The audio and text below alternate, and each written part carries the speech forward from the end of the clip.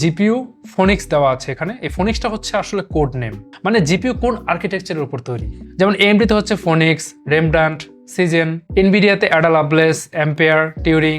আসলে এই code name দেখলে বোঝা যায় আপনার জিপিইউটা কতটা পাওয়ারফুল বা কোন জেনারেশনের কেমন পারফরমেন্স দিবে, তাই হচ্ছে এখানে কোড নেমটা দেওয়া হয়েছে।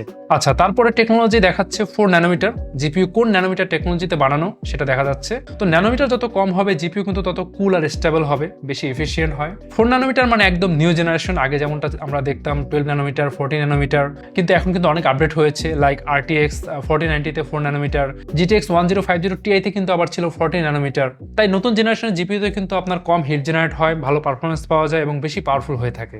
ওকে, তারপরে ডাই সাইজ দেওয়া আছে 178 মিলিমিটার স্কোয়ার। এটা আসলে জিপিইউর চিপের সাইজ।